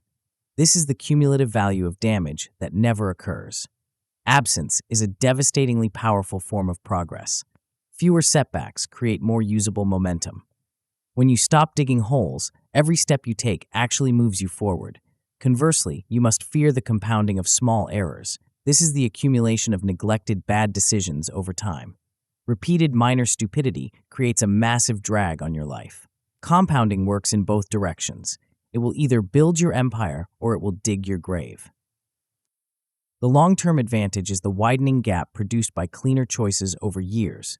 This advantage often looks incredibly boring up close and absolutely enormous from a distance. Patience converts subtle discipline into a visible difference. Patience is a massive decision advantage. It is the ability to let reality unfold before forcing action. Impatient people overtrade and overreact and overcommit. They force outcomes because they cannot sit alone with uncertainty. Patience protects you against self-inflicted complexity. Delegation is another profound form of error avoidance. It is the act of refusing to pretend competence where competence is entirely absent. Doing everything yourself creates massive avoidable error. Handing off what others can do better preserves your energy and reduces ego-driven overreach. You must also protect your optionality over time. Optionality is your retained freedom to change course intelligently. Fewer bad commitments preserve room for future moves. Optionality compounds because it keeps good possibilities alive while the rest of the world locks itself into cages. The lies of the dramatic mind. Society feeds you poisonous myths about progress. The first myth is that only bold action compounds. You are told you must constantly disrupt and conquer, but avoided damage compounds just as aggressively. Preservation and progress are partners rather than opposites. Disciplined restraint is highly productive rather than passive. The second myth is that slow and steady is weak. You must understand the difference between weak drift and strategic consistency. Low drama improvement always beats high drama ambition. Real strength survives contact with time. The third myth is that one big win can erase years of sloppy decisions. A big win certainly helps, but repeated stupidity taxes everything around it. Poor judgment leaks value long after the success has passed. Process quality remains the ultimate decisive factor. The fourth myth is that compounding applies only to money. Trust compounds, reputation compounds, confidence compounds when it is built on repeatable judgment. The final myth is that patience means inaction. Patience absolutely includes selective, decisive action. Impatience produces unnecessary, frantic action. Waiting is a highly strategic act when you are letting weak opportunities expose their own flaws. The execution of the long game. To harness this invisible force, you must track your recurring error classes over time. Focus entirely on the few mistakes that cost you the most. Review whether their frequency is falling quarter by quarter. Use reduction rather than perfection as your ultimate metric. Measure what preserved value actually looks like in your daily life. Look at the time you saved.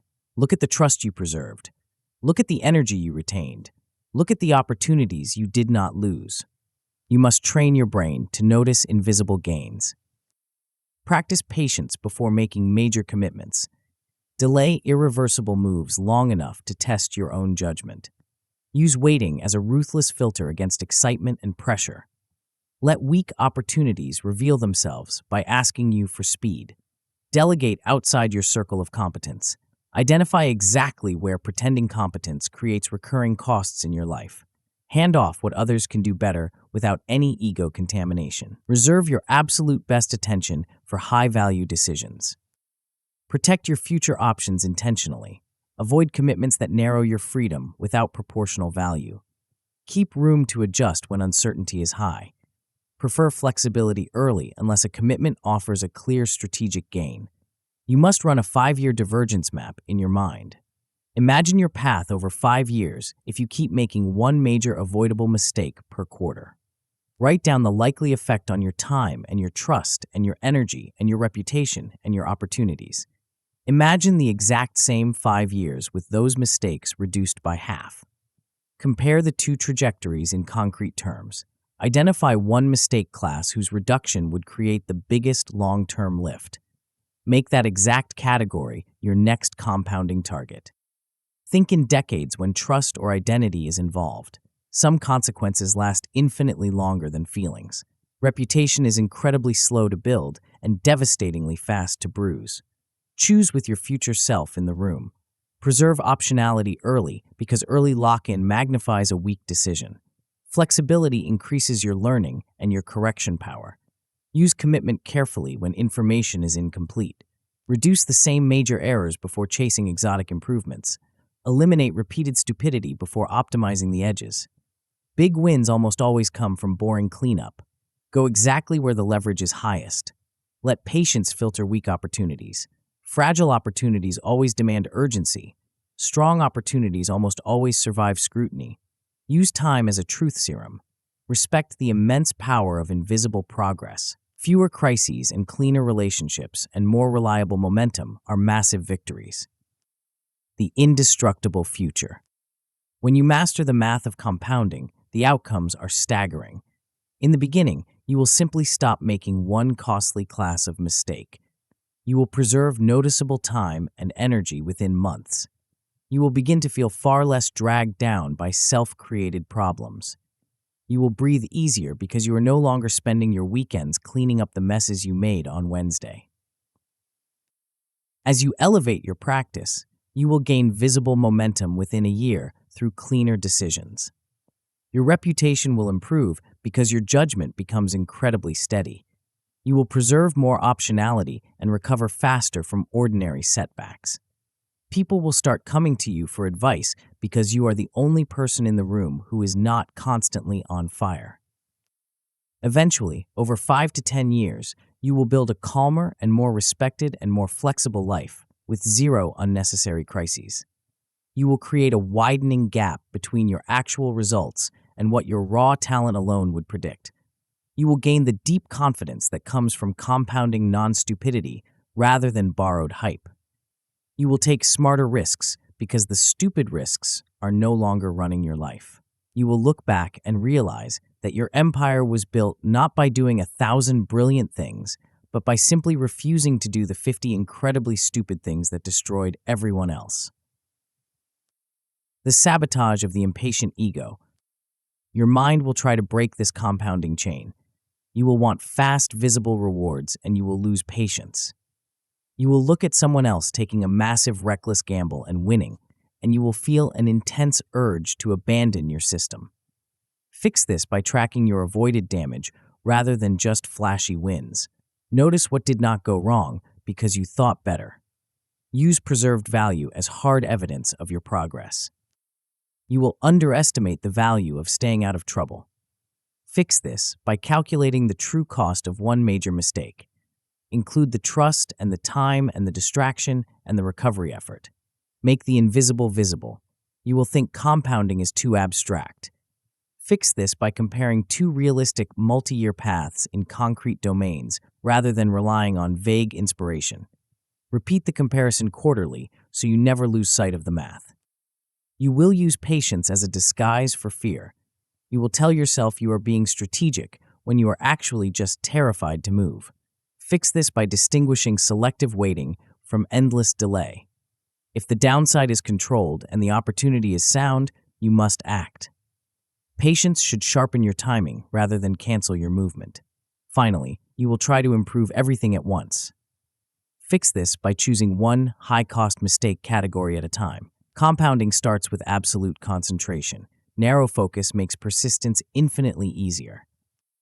You now understand the math of your own survival. You know how to let the absence of stupidity build an empire. You know how to protect your optionality and filter the noise and let time do the heavy lifting.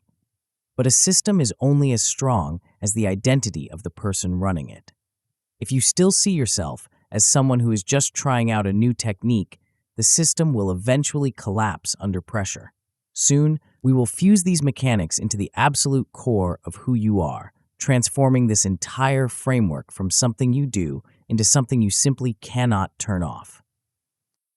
Chapter 9, The Long Game. You have reached the threshold. You have absorbed the concepts, and you have seen the invisible traps, and you have learned the mechanics of your own mind. But reading a manual does not make you a master. Understanding the architecture of a weapon does not mean you can swing it when the enemy is in the room. You are standing at the exact point where most ambitious people fail. They consume the information, they feel a temporary surge of motivation, and then they walk right back into the chaos of their ordinary lives and change absolutely nothing. They treat better judgment as a fascinating technique rather than a mandatory standard. You are not going to make that mistake. You're going to take this entire framework and fuse it into your identity. You're going to shift from playing a frantic game of short-term survival to playing the quiet, devastating, and unstoppable long game. The long game is not about time. The long game is about who you become. It is the realization that your identity stabilizes your behavior. When you finally see yourself as a person who does not rush into stupidity, your behavior requires infinitely less force. You no longer have to summon heroic willpower to make a good decision. You simply stop feeding the patterns that used to destroy you. This chapter gathers every single teaching in this book and turns it into one coherent way of living. It is time to look at the empire you are about to build. The architecture of your new mind. You must carry the core disciplines of this system with you everywhere you go. You now know that you must think backward before you act. Inversion is your absolute first line of defense. You ask what would cause catastrophic failure before you ever allow yourself to chase the success. You know that better questions create better decisions. You respect your blind spots because you know that your massive intellect offers zero protection against distortion. You constantly review your bias and your overconfidence and your vulnerability to social proof. You remember that smart people are incredibly easy to fool when their ego is involved. You keep your humility tied directly to your process rather than your weakness. You protect the downside at all costs. You measure the margin of safety and you judge the reversibility of every single choice. You map the second-order consequences because you know that not all risks deserve equal speed. You reinforce the daily habit of becoming harder to destroy. You have named your recurring mistake categories. You know exactly what your ego and your urgency and your sunk costs look like. You use these categories as a ruthless language for correction because naming the enemy speeds your intervention. You respect your triggers and your states. You know that your judgment degrades rapidly with pressure and fatigue and overload. You know that better decisions require better conditions, and you treat state management as a core component of your intelligence. You run the weekly audit without fail. You review your decisions and your triggers and your upcoming risks. You convert your fleeting insight into concrete pre-commitments. You make your reflection entirely operational. And above all, you stay with the system long enough for compounding to matter. You know that small reductions in stupidity widen into massive advantages over time. Patience turns your discipline into leverage. Consistency is your ultimate multiplier. The physics of unbreakable confidence. When you adopt this system as your standard, a profound empowerment takes over your life.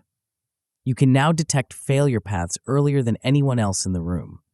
You are infinitely less likely to walk blind into obvious traps because you are actively looking for the hidden hooks. This creates an immediate and terrifying strategic calm. While everyone else is panicking and rushing, you are simply observing the board.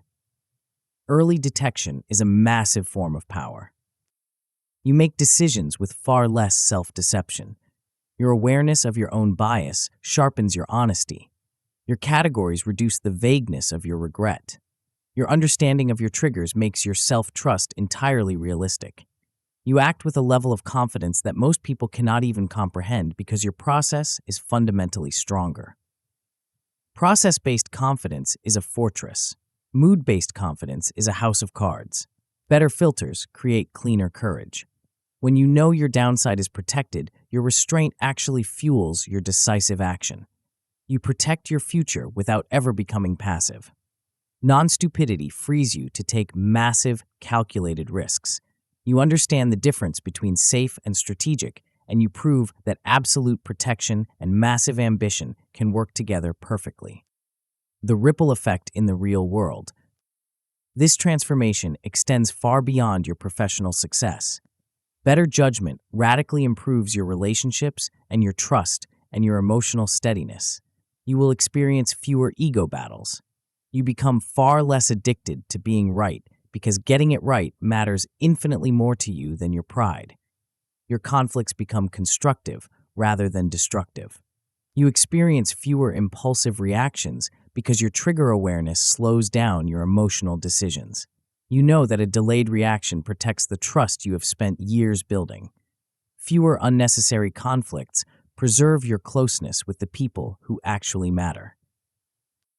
You exercise far better judgment about who to trust and who to commit to. Inversion helps you reveal the failure paths of your relationships before you sign the contract or make the promise. Downside thinking improves your selection process. Fewer bad commitments create a vastly better social and professional life. You develop massive reliability in your communication. People naturally trust those who are less erratic. Steadier judgment improves the respect you command from your peers and your superiors. Disciplined speech prevents avoidable damage, and when you do make a mistake, you leave room for honest repair. People who audit themselves defend less and improve more. Your humility helps your relationships breathe, and your accountability deepens the trust others place in you. Not being an idiot is not a joke. It is a disciplined form of self-respect and leadership. The death of the frantic operator. Look at what you are able to achieve right now that you could not do before you opened this book. You can detect hidden risk instantly. You can reverse engineer failure before you ever make a commitment. You can see the asymmetry in a deal with absolute clarity. You can name your common blind spots and adjust for them in real time. You can interrupt your repeating patterns. Your categories give you a language for correction. Your audit gives you a rhythm for review. Your trigger awareness gives you an early warning system. You can separate the smart risk from the stupid risk. You judge reversibility and downside instead of reacting blindly to the excitement of the crowd. This improves your action quality permanently. It preserves both your ambition and your safety. You make major decisions with absolute calm and zero confusion. You no longer rely only on your fleeting instinct. Structure reduces the decision fog. Clearer process lowers the emotional noise in your head. And when you inevitably do make a mistake, you recover faster than you ever thought possible. You diagnose the mechanism instead of spiraling in shame. Faster diagnosis shortens the recovery loop. You turn your errors into massive leverage. The frictionless empire.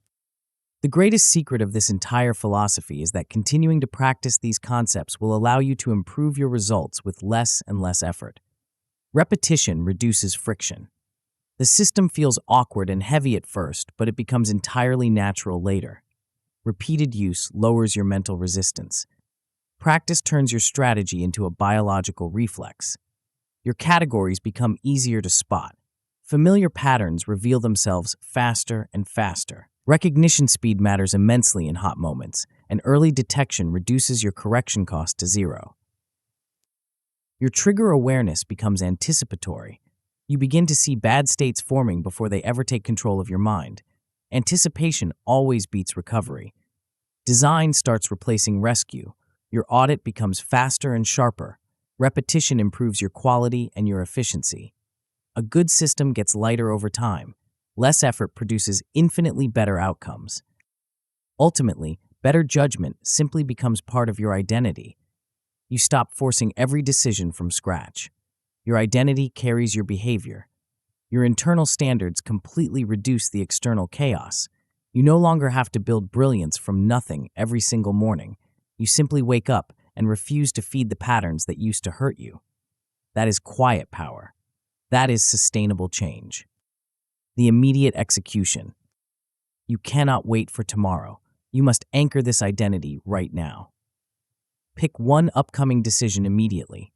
Do not wait for a perfect starting point. Choose something real enough to matter in your life today. Use your urgency in the exact right direction and push it toward practice. Run inversion on that decision right now. Write the desired outcome. Write the opposite outcome. List the top 3 ways it could fail. Remove one obvious failure path today. Delay the action if the risk is ugly and completely avoidable. Ask one clarifying question if your information is weak. Add one margin of safety if the commitment is absolutely necessary. Schedule your first weekly stupidity audit before the sun goes down. Pick the day and the time. Keep the slot short and repeatable. Make this first appointment completely non-negotiable. Choose one warning question to carry into your week. Select the question most relevant to your dominant mistake category. Keep it visible. Use it before your very next high-stakes moment. The ultimate unfair advantage. You do not need genius to change your trajectory. You need honesty far more than you need brilliance. You need structure far more than you need inspiration. You need consistency far more than you need intensity. Your future does not need to be built through massive drama and constant chaos. Quiet discipline will always outperform loud ambition. Fewer crises is a profound form of success. Calm competence becomes undeniable over time. You can become the man who catches himself before he falls. That is absolute power. That is true maturity. That is self-respect in action. Start right now and let the edge compound. One better question can save you years of suffering. One cleaner system can protect your entire future. One honest review can begin a completely different life. You have the tools. You have the system. You have the exact map to navigate the minefield that destroys everyone else.